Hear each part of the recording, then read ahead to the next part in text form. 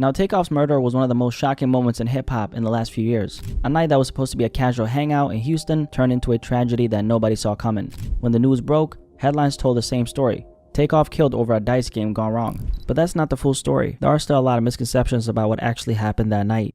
So in this video, we're going to break down the real story behind Takeoff's murder, how things escalated that night, and the case developments that left more questions than answers. Now, Takeoff wasn't just another rapper. He was 1/3 of Migos, the group that took Atlanta's trap sound and pushed it into the mainstream. And Migos wasn't just a rap group. It was a movement and a family, which consisted of Quavo, Offset, and last but not least, Kershnick Ball, professionally known as Takeoff. Now, Quavo was Takeoff's uncle. However, the three of them grew up together in Gwinnett County, Georgia, just outside of Atlanta. Quavo and Takeoff were raised in the same house, while Offset joined their circle in the 6th grade. Eventually, Quavo and Takeoff introduced Offset to rap, and from there, Migos was born. Migos didn't just make hits, they changed the entire sound of modern hip-hop. Their triplet flow, first popularized in songs like Versace and Hannah Montana, became one of the most imitated styles in this generation of rap. Their first major breakthrough came in 2013 with Versace. But what really took them to the next level was when Drake hopped on the remix. That moment catapulted them into mainstream success, and from there, they dominated the charts, dropping hit after hit. Fight Night, T-shirt, Bad and Bougie, Motorsport, you name it. Beyond just music, Migos influenced fashion and hip-hop, and of course, the way rappers structure their flows. They're pioneers, and Takeoff played a huge role in that success. But by 2022, things weren't the same for the group. The group had stopped moving as a unit, and there were rumors that Offset and Quavo had fallen out, with speculation that it had something to do with Offset allegedly sleeping with Quavo's ex, Sweetie. Quavo seemed to reference this in his song Messy, rapping, "Bitch, F my dog behind my back, but I ain't stressing." None of them ever confirmed the rumors publicly, but one thing was clear. Migos weren't clearly together anymore. You can't just act like and just continue like. And I think people be trying to make it like it's not about it's like Alexis. It's like we can't continue our group without the main man. Then in November 2022, everything changed forever. A night that started as a private gathering had sadly now turned into national tragedy. At approximately 2:30 this morning, our officers were dispatched out here to a shooting that had just occurred. Upon arrival, they located multiple shell casings on the 3rd level of the building at the 810 Bowling and Billiards. I guess it's a bowling and pool hall. We were informed that there was a private party being held at the event last night that ended at approximately 1 a.m., but the party carried over till about 2 a.m. till they were cleared out. That's when the shooting occurred, where it left one male deceased on scene and 2 others that were transported to area hospitals nearby. On November 1st, 2022, Takeoff and Quavo were in Houston, Texas, attending a private gathering at 810 Billiards and Bowling, an upscale venue in downtown Houston. The event was hosted by Jay Prince Jr., the son of Rap-A-Lot Records founder Jay Prince, a powerful figure in the rap industry, known for his deep ties to Houston's hip-hop scene. The guest list was exclusive, with around 40 to 50 attendees, including local music industry figures, promoters, and close affiliates of Jay Prince Jr. Security was present, but this wasn't a club event. This was a private invitation-only affair. The official event wrapped up around 1 a.m., but just like most private functions, many guests, including Takeoff and Quavo, stuck around for an hour. Conversations continued, drinks were poured, and the night carried on as usual inside. By 2:30 a.m., the gathering spilled out onto the 3rd floor balcony area, which overlooked Houston's streets below. The mood seemed relaxed at first, but shortly after that, things took a deadly turn. As tension escalated, Quavo found himself face to face with multiple people, caught in a heated argument over a dice game where someone had lost a large amount of money. The situation grew more intense by the second. Surveillance footage later captured Quavo visibly frustrated, attempting to de-escalate the situation and walk away. But before he could leave, things escalated quickly. His last words before it all went left, "We don't play like that, bruh." Seconds later, gunfire erupted. At least 2 different weapons were fired. Chaos broke out as people scrambled for cover, running in all directions. Police later recovered 10 shell casings at the scene, 9 from a .40 caliber firearm and 1 from a 9mm firearm. Takeoff was unfortunately caught in the crossfire. He was hit twice, once in the back and once in the head. Both bullets later recovered from his body were medium caliber. 2 other people, a 23-year-old woman and a 24-year-old woman, were also shot and rushed to the hospital. At about 2:30 a.m., police eventually received a call about a shooting at 1210 San Jacinto Street in downtown Houston. When officers arrived, the scene was nearly empty. Most of the witnesses had already fled. Security was however present, but none of them saw who pulled the trigger. Takeoff was already pronounced dead at this point. With little immediate cooperation from witnesses, detectives had to rely on hard evidence to piece together what happened. Surveillance footage from the scene later revealed a Patrick Clark in the crowd, holding a gun in one hand and an object in the other. As the chaos unfolded, Clark was seen firing multiple rounds. Forensic analysis determined that the shots fired by Clark aligned with the direction where Takeoff was standing. Clark was the only person visibly caught on surveillance discharging a firearm in that direction. After firing those shots, Clark fled on foot, briefly ducking inside the House of Blues before disappearing from the scene. With so many people refusing to come forward, Houston police publicly pleaded for anyone at the private gathering to share information. But despite the heavy media attention, over 30 witnesses remained silent. Right now, Houston police say they've got very few leads in the fatal shooting of rapper Takeoff, part of the group Migos. This morning, police are asking witnesses to come forward with any video or testimony they might have that could help lead to an arrest. At this point, Patrick Clark was already on their radar as a potential suspect, but they had yet to fully identify him. Investigators simply needed more leads, more evidence, and most importantly, cooperation from witnesses. But despite their efforts, over 30 people who had been at the scene decided to stay silent. Nobody wanted to talk. Whether out of fear, loyalty, or simply not wanting to be labeled a snitch, nobody was willing to come forward. We've boiled it down to over 30 people that were standing outside the bowling alley. Homicide Division Sergeant Michael Burrows said, literally every single one of those people left the scene without giving a statement to police. We found a few of them that night. We found others since then. But it's important that those people come forward, Houston police said. With no cooperation from witnesses, police were left with one undeniable fact. Kirshnikari Ball, known to the world as Takeoff, had just became the latest victim of gun violence. Takeoff's death shook the entire hip-hop community. I mean, fans were grieving, Atlanta was grieving, but nobody felt it more than the people who knew him the best. Offset was definitely hurting. You could see it in his eyes every time he spoke about Take. They built an empire together, and now 1/3 of Migos was gone forever. Quavo was also hurting, and in early 2023, he dropped a song called Without You, a heartbreaking tribute to Takeoff. And man, when I first heard the song, I gotta say, this one hit different. You could definitely feel every ounce of pain in his voice. But if there was anyone who felt this loss on a level deeper than anyone else, it was Takeoff's mother, Tatiana Davenport. For Tatiana, this wasn't just a tragedy. It was a failure of security, a failure of responsibility, and a failure to protect her son. In June 2023, she filed a wrongful death lawsuit against A10 Billiards and Bowling, the very establishment where Takeoff was killed. Her argument, this tragedy could have been prevented. The lawsuit claimed that the venue knew this event would attract celebrities, athletes, and high-profile guests. Yet, there was no proper security screening, no enforcement of after-hour rules, and no measures in place to prevent violence. And when tensions started rising that night, nothing was done to de-escalate the situation. Since Takeoff wasn't part of the argument, his mother believes his death could have been prevented if the venue had taken proper precautions. And this right here did raise an unsettling question. Was Takeoff's death something that could have been avoided? Or was this really just about being in the wrong place at the wrong time? Did a lack of security create this perfect storm for disaster? Either way, Tatiana wasn't gonna let things go unanswered. But long before Takeoff's mother took legal action, investigators were still deep in the process of building their case, piece by piece. With little information from witnesses, detectives had no choice but to rely on hard evidence to reconstruct what really happened that night. So they methodically pieced together the case using surveillance footage, cell phone videos, ballistic evidence, and through this process, police eventually identified 2 individuals connected to the crime scene. Cameron Joshua, 22 years old, was the first suspect arrested. However, he was only charged with weapons charges, not murder. We believe Cameron Joshua has been appropriately charged in this case, said prosecutor Matt Gilliam. While Joshua's arrest brought some progress, it still didn't answer the biggest question: who pulled the trigger? After weeks of forensic analysis and video review, authorities identified Patrick Clark as the primary suspect. Through that, we were able to deduce that Patrick Clark is the lethal shooter in the case. That's why he's charged with murder, the Houston Police Department said.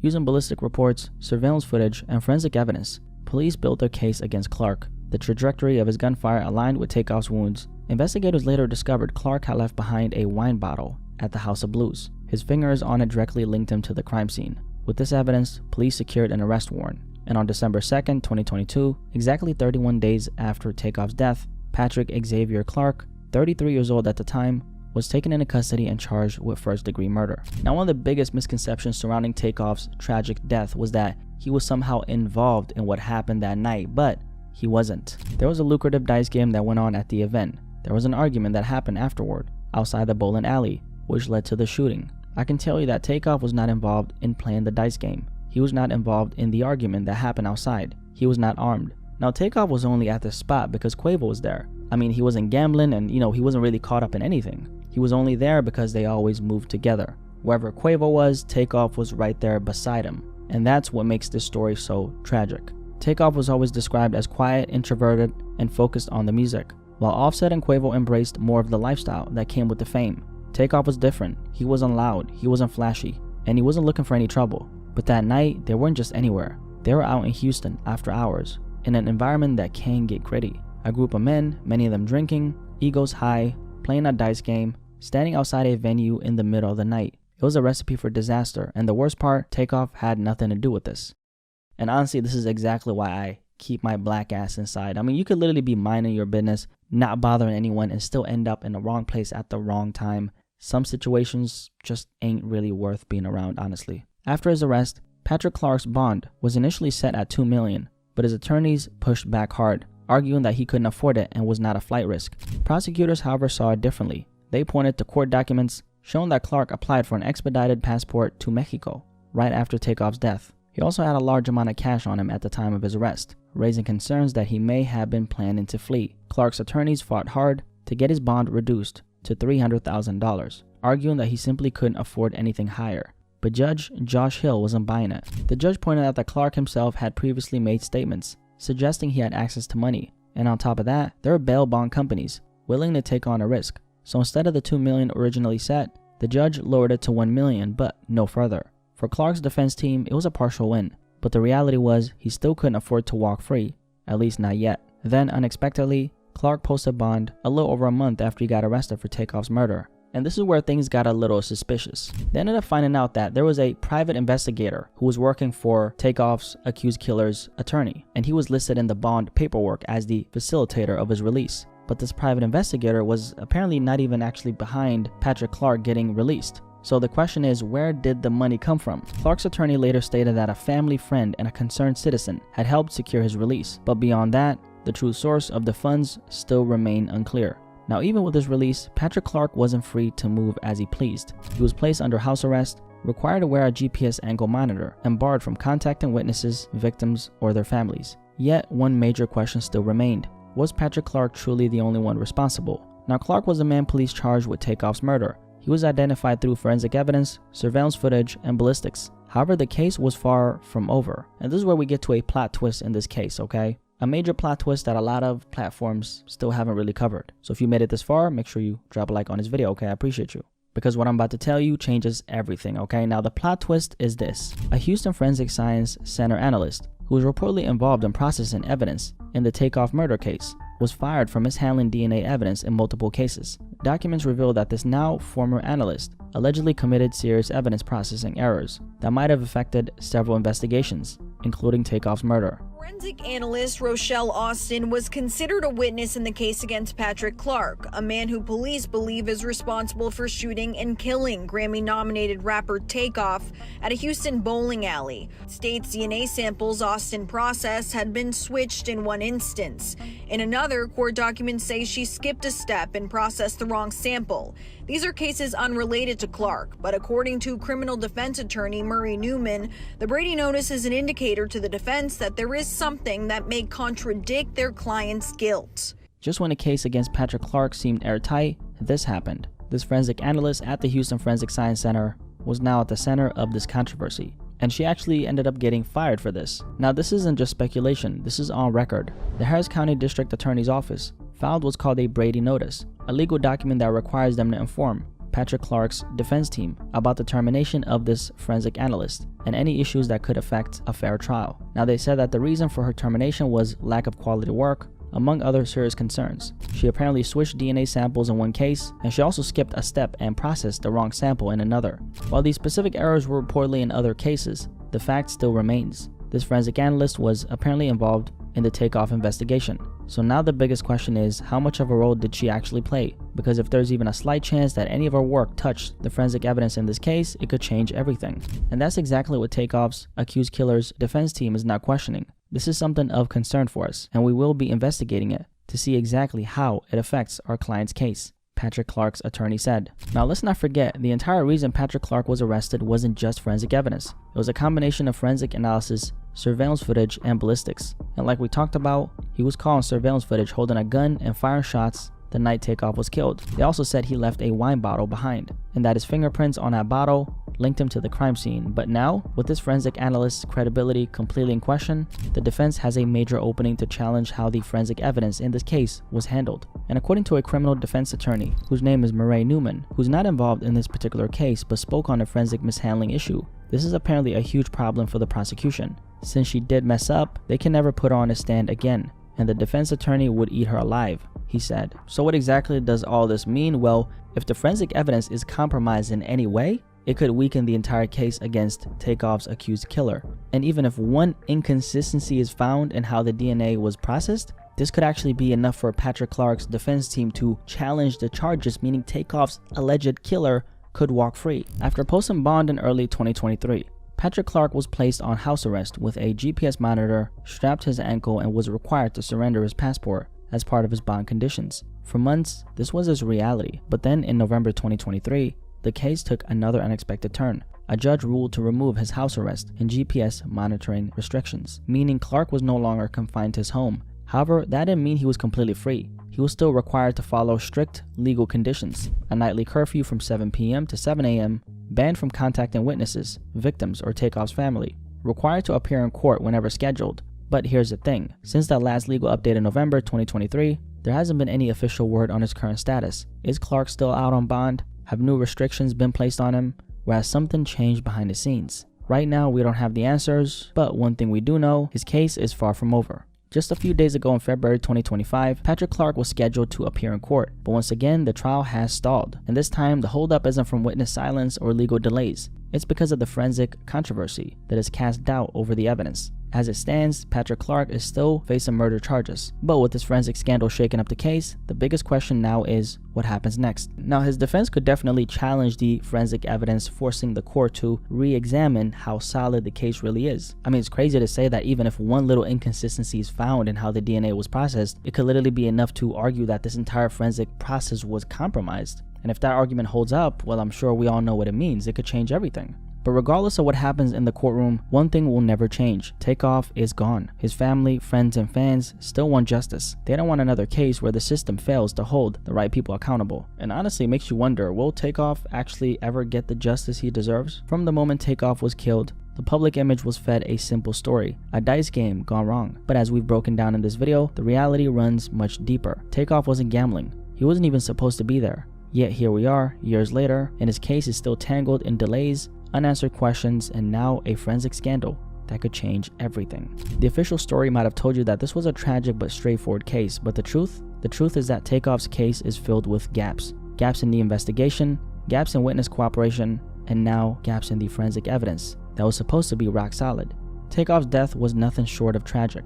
Imagine stepping out for a casual night with your uncle, Quavo, someone who's been by your side your entire life, only to lose your life over an argument you had nothing to do with. For those who don't know, Quavo wasn't just a rap partner. He was Takeoff's actual uncle. They grew up together in the same household, with Takeoff looking up to Quavo as both family and inspiration. Takeoff was quiet, laid back, and focused on his craft. He wasn't a type to be caught up in drama, and that's exactly what makes this story so heartbreaking. A talented artist, a genuine soul, gone way too soon. And the worst part, his case is still filled with more questions than answers. Will justice ever come? Only time will tell. If you made it this far, how about drop a like on this video, because obviously we're working very hard right now. Appreciate you guys so much for watching this video. And if you're new here, my name is Blackie Speaks. Nice to meet you. Welcome to the family. Thank you for subscribing. What do you guys think about this conversation regarding the untold story about Takeoff's death? I'm really curious to hear what you guys have to say, and I'll catch you guys in the comment section below. But most importantly of all, I'll catch you guys in the next video. Have a good day. Have a good night. Peace. I'm out. Deuces.